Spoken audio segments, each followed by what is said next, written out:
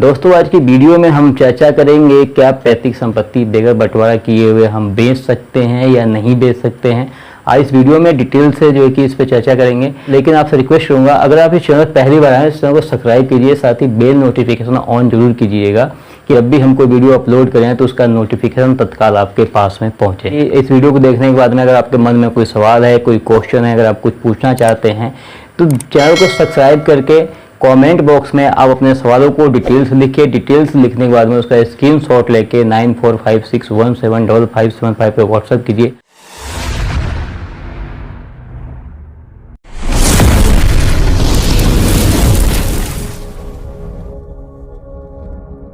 तो आज का जो हमारा मेन टॉपिक है, आज का जो हमारा चर्चा का विषय है वो है संपत्ति का बंटवारा नहीं हुआ है तो क्या हम अपने हिस्से की ज़मीन को बेच सकते हैं या नहीं बेच सकते हैं। इस पे अभी मध्य प्रदेश हाई कोर्ट ने क्या डिसीजन दिया है, इसके विषय में जो है कि हम विस्तार पूर्वक चर्चा करेंगे। बस आप वीडियो के अंत तक बने रहिएगा। तो देखिए, जब कोई संपत्तियां होती हैं जिससे हम बोलते हैं एक होती है पैतृक संपत्ति, ठीक है। पैतृक संपत्ति कई जगह पर ऐसे बार देखा गया है कि संपत्तियों का बंटवारा नहीं होता है, कई पीढ़ियां निकल जाती हैं और संपत्ति का जो कि बंटवारा नहीं हो पाता है। अब इसमें जो तेज होता है, जो होशियार होता है, जो चालाक होता है, वो क्या करता है कि अपने हिस्से की ज़मीन को या फिर बेच देता है। अब देखिए, अगर किसी भी ज़मीन का अगर हिस्सा हो चुका है, हिस्सा लग चुका है, उसका विभाजन हो चुका है, किसी भी प्रॉपर्टी का विभाजन हो चुका है तो उसमें कोई वाद विवाद नहीं होता है, क्योंकि व्यक्ति मान लीजिए यहाँ पे ए हैं, यहाँ पे बी हैं, सी है, यहाँ डी हैं और इनका जो है कि बंटवारा हो चुका है, ठीक है। इनका जो लिखित बंटवारा हो चुका है, रजिस्टर्ड बंटवारा हो चुका है। तो अगर ये अपने हिस्से की प्रॉपर्टी बेच रहे हैं तो इसमें BBC को ऐतराज नहीं होना चाहिए। लेकिन यहाँ पे ये प्रॉब्लम है कि जिस प्रॉपर्टी का कोई बंटवारा ही नहीं हुआ अभी तक, अगर उसमें भी मान लीजिए यही 4 लोग हैं, ABCD, अब ABCD हैं, इनका कोई विभाजन नहीं हुआ है, तो क्या ये इस प्रॉपर्टी को बेच सकते हैं? तो मध्य प्रदेश हाई कोर्ट के डिसीजन के हिसाब से बगैर विभाजन हुए किसी प्रॉपर्टी को अगर बेचा जाता है तो उसकी जो रजिस्ट्री है वो शून्य मानी जाएगी।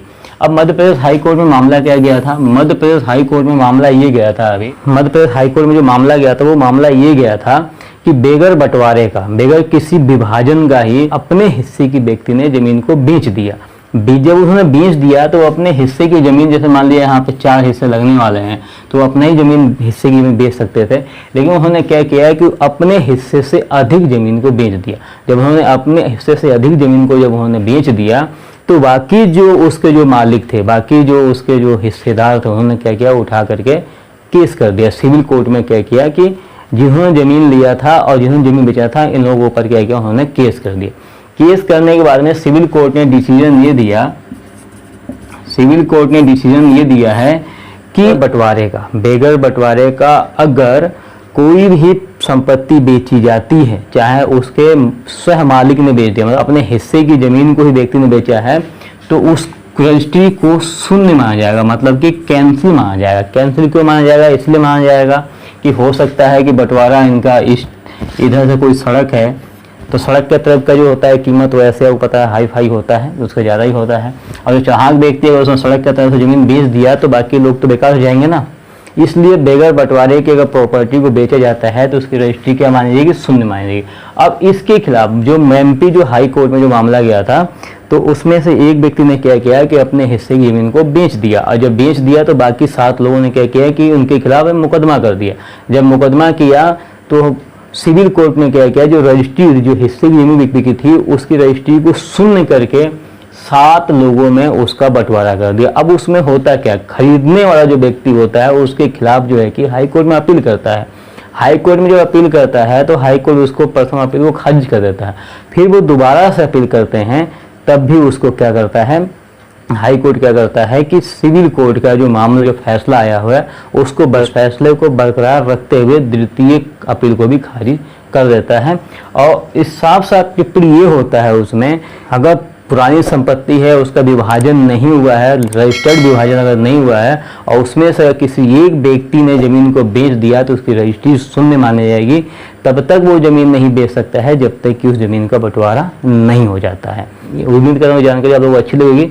अगर जानकारी अच्छी लगी हो तो वीडियो को लाइक शेयर कमेंट कीजिए, साथ ही चैनल को सब्सक्राइब जरूर कीजिएगा, बेल नोटिफिकेशन ऑन जरूर कीजिए। मिलते हैं किसी नेक्स्ट वीडियो में किसी बेहतरीन टॉपिक के साथ में, तब तक के लिए जय हिंद।